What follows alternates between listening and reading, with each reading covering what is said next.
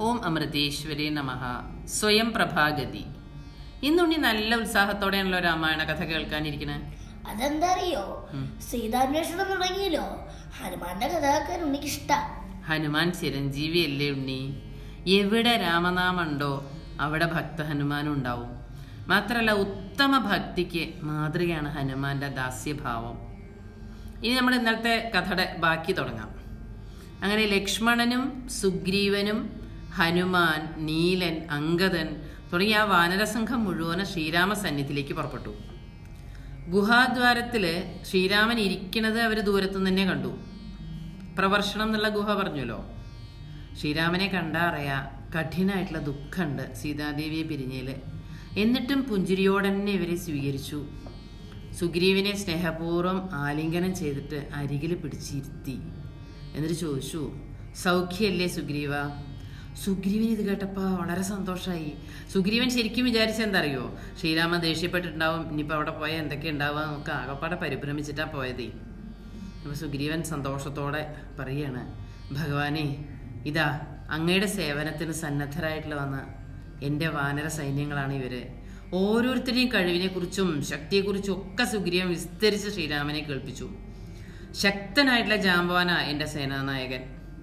ഈ ബുദ്ധിമാനായിട്ടുള്ള ഹനുമാനോ മന്ത്രിയാണ്. അങ്ങ് എന്താ വേണ്ടെന്ന് ആജ്ഞാപിച്ചോളൂ, ഞങ്ങളത് നിറവേറ്റാൻ സന്നദ്ധരാണ്. ഭഗവാൻ അപ്പം പുഞ്ചിരിച്ചുകൊണ്ട് പറഞ്ഞു, സുഗ്രീവ, നീ എന്നെ നല്ലപോലെ ആലോചിച്ച് വേണ്ടതൊക്കെ ചെയ്തോളൂ.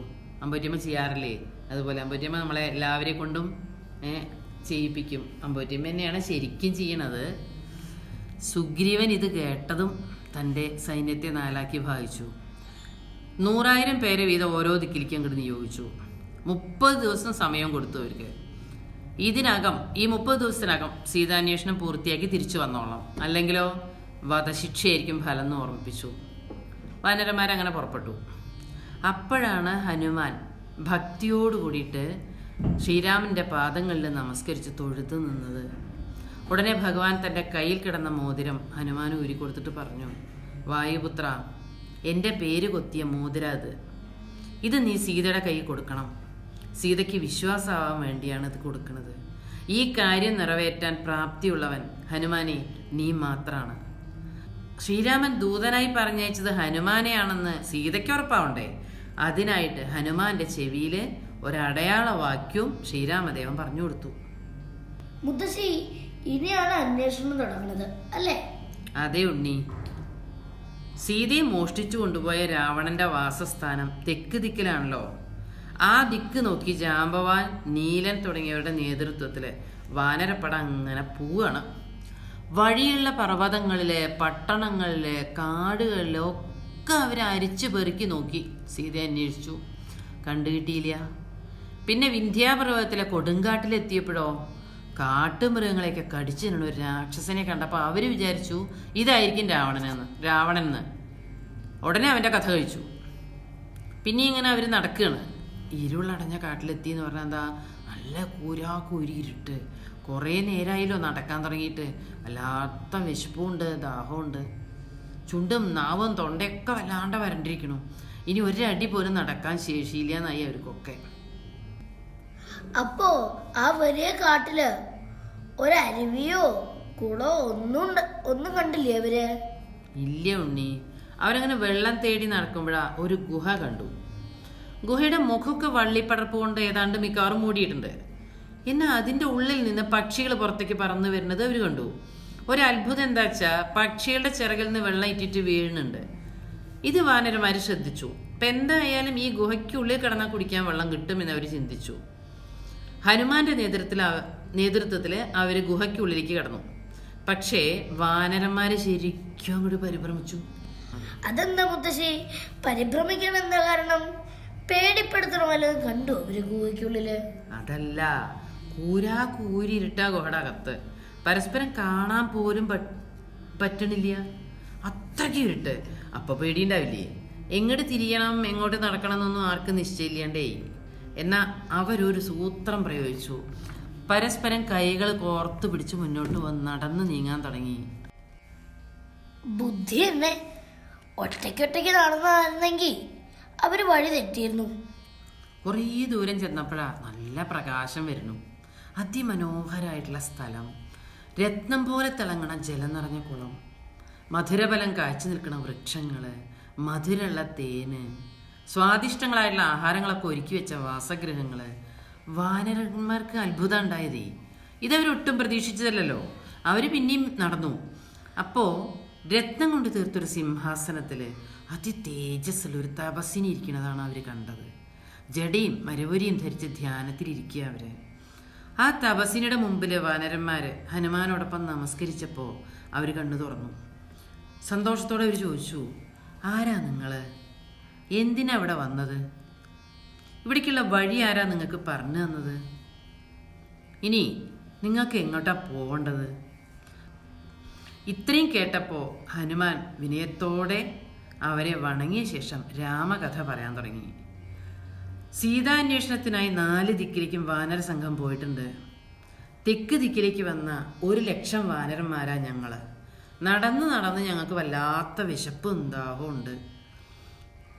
ഇതും പറഞ്ഞ ശേഷം ഹനുമാൻ ചോദിച്ചു, ഭവതി ആരാണെന്നറിയാൻ ഞങ്ങൾക്കും ആഗ്രഹമുണ്ട്, ദയവായിട്ട് പറഞ്ഞു തരൂ. ഹനുമാന്റെ ഈ വാക്കുകൾ കേട്ടപ്പോൾ തപസ്വിനിയുടെ മുഖാരവിന്ദം തേജസ് കൊണ്ട് തിളങ്ങി. അവർ പറഞ്ഞു, നിങ്ങൾ വിശന്നിരിക്കുകയല്ലേ ഇപ്പോൾ? പോയിട്ട് ആവശ്യമുള്ള അത്രയും കായ്കനികളൊക്കെ പറിച്ചു തിന്ന് വെള്ളം കുടിച്ച് സംതൃപ്തിയായിട്ട് വരൂ. എന്നിട്ട് എൻ്റെ ചരിത്രം നിങ്ങൾക്ക് വിശദമായിട്ട് ഞാൻ പറഞ്ഞുതരാം. കേട്ട പാതി കേൾക്കാത്ത പാതി കുരങ്ങന്മാരൊക്കെ ഓടി. ഇഷ്ടം പോലെ ഫലമൂലാദികൾ പറിച്ചു കഴിച്ചു, തേനും കുടിച്ചു. തൃപ്തിയായിട്ട് മടങ്ങി വന്ന അവർ യോഗിനിയെ നമസ്കരിച്ച് ചരിത്രം കേൾക്കാൻ കാത്തിരുന്നു. യോഗിനി അപ്പോൾ ഹനുമാനെ നോക്കി പറയാൻ തുടങ്ങി. വിശ്വകർമാവിന് പണ്ട് ഒരു പുത്രി ഉണ്ടായിരുന്നു, ഹേമ. അതിസുന്ദരിയ, നൃത്തത്തിലും അതിസമർത്ഥ. അവളുടെ നൃത്തം കണ്ട് സന്തുഷ്ടനായിട്ടുള്ള ശിവൻ ഹേമയ്ക്ക് നൽകിയ ദിവ്യവാസസ്ഥാനാണത്. 1-2 വർഷമല്ല, അനേക കോടി വർഷങ്ങൾ ഹേമ സന്തോഷത്തോടെ ഇവിടെ കഴിഞ്ഞു. ഹേമയുടെ തോഴിയായിട്ടുള്ള സ്വയംപ്രഭയാണ് ഞാൻ. ഒരു ഗന്ധർവ പുത്രിയാട്ടോ. ഞാനൊരു വിഷ്ണു ഭക്തി ആയതുകൊണ്ട് ഹേമ എന്നെ ഉപദേശിച്ചു. അടുത്ത ത്രേതായുഗത്തിൽ വിഷ്ണു ഭഗവാൻ ശ്രീരാമനായിട്ട് ഇവിടെ അവതരിക്കും. അന്ന് സീതാന്വേഷണത്തിൻ്റെ ഭാഗമായിട്ട് ഇവിടേക്കും വരും. അവരെ നീ സൽക്കരിക്കണം. ശ്രീരാമനെ ചെന്ന് കണ്ടാൽ നിനക്ക് മുക്തിയും പ്രാപിക്കാം. മുൻകൂട്ടി എല്ലാം അറിയാൻ ഹേമയ്ക്ക് കഴിഞ്ഞിരുന്നു എന്നല്ലേ മനസ്സിലാക്കേണ്ടത്? അതേ ഉണ്ണി, നിഷ്കളങ്കമായുള്ള ഈശ്വരഭക്തിയിലൂടെ ദിവ്യജ്ഞാനം കിട്ടിയവർക്ക് എത്ര വിദൂര ഭാവിയും ഭൂതകാലമൊക്കെ അറിയാൻ പറ്റും. തുടർന്ന് സ്വയംപ്രഭ പറഞ്ഞു, ഹേമ പറഞ്ഞനുസരിച്ചിട്ട് ശ്രീരാമനെയും ധ്യാനിച്ച് നിങ്ങളെയും പ്രതീക്ഷിച്ച് ഞാൻ ഇവിടെ കഴിയായിരുന്നു ഇത്രയും കാലം. നിങ്ങളെല്ലാവരും കണ്ണടച്ചോളൂ, നിങ്ങളെ ഞാൻ നേർവഴിയിലേക്ക് എത്തിക്കാം. അതിനുശേഷം ഞാൻ ശ്രീരാമനെ ദർശിക്കാൻ പോവുകയാണ്. കുരങ്ങന്മാരൊക്കെ കണ്ണുകളടച്ചു. തൻ്റെ യോഗമായ ശക്തി കൊണ്ട് വാനരന്മാരെ വനപ്രദേശത്ത് എത്തിച്ചു. തുടർന്നാണ് സ്വയംപ്രഭ ശ്രീരാമ ദർശനത്തിനായിട്ട് ശ്രീരാമനും ലക്ഷ്മണനും സുഗ്രീവനും ഇരിക്കുന്ന സ്ഥലത്തെത്തിയത്. അവർ ശ്രീരാമനെ പ്രദക്ഷിണം ചെയ്തു, വണങ്ങി സ്തുതിക്കാൻ തുടങ്ങി. ഉണ്ണി, സ്വയംപ്രഭ സ്തുതി എന്ന പേരിൽ ഇത് വളരെ പ്രസിദ്ധമാണ് രാമായണത്തിൽ. ഭഗവാൻ അവരെ അനുഗ്രഹിച്ചു. എന്നിട്ട് പറഞ്ഞു, ബദര്യ ആശ്രമത്തിൽ പോയി ധ്യാനിക്കുക നീ. അങ്ങനെ സ്വയംപ്രഭ ബദര്യ ആശ്രമത്തിലെത്തി കഠിനമായിട്ടുള്ള തപസ്സിലേർപ്പെട്ടു. ഒടുവിൽ അവര് നാരായണപദം പ്രാപിക്കുകയും ചെയ്തു. സ്വയംപ്രഭ സ്തുതിയുടെ സാരൊന്ന് ചുരുക്കി പറയൂ മുത്തശ്ശി. അത് കുറേ ഉണ്ട്. പറയുകയാണെങ്കിൽ ഇപ്പം ശ്രീരാമദേവന്റെ അവതാര മഹിമ വർണ്ണിക്കുന്നുണ്ട്. ചിലർ പറയണു ഭൂഭാരത്തെ തീർക്കാനാ അങ്ങ് വന്നത്. മറ്റു ചിലർ പറയണു ധർമ്മം പുനഃസ്ഥാപിക്കാനാ അങ്ങ് വന്നത്. എന്തായാലും അജ്ഞരായിട്ടുള്ളവർ അങ്ങയുടെ മഹിമ മനസ്സിലാക്കണില്ല. എന്നാൽ ഭക്തർക്കോ അങ്ങ് വശംവദനുമാണ്. എന്നിൽ നിഷ്കളങ്ക ഭക്തി മങ്ങാതെ നിലനിൽക്കണേ എന്ന പ്രാർത്ഥനയോടെയാണ് സ്വയംപ്രഭാസ്തുതി നിർത്തുന്നത്. ഹനുമാനും കൂട്ടരും ഇനി ഏതൊക്കെ പ്രതിസന്ധികളിലൂടെയൊക്കെ പോയി എന്ന് നമുക്ക് നാളെ നോക്കാം ഉണ്ണി. കഥയിലൂടെ പോകുമ്പോ നിർത്താനും തോന്നില്ല. സമയം കുറെ ആയില്ലേ. ഇനി ബാക്കി നാളെ പറഞ്ഞു തന്നാ മതി മുത്തശ്ശി. നമസ്കാരം.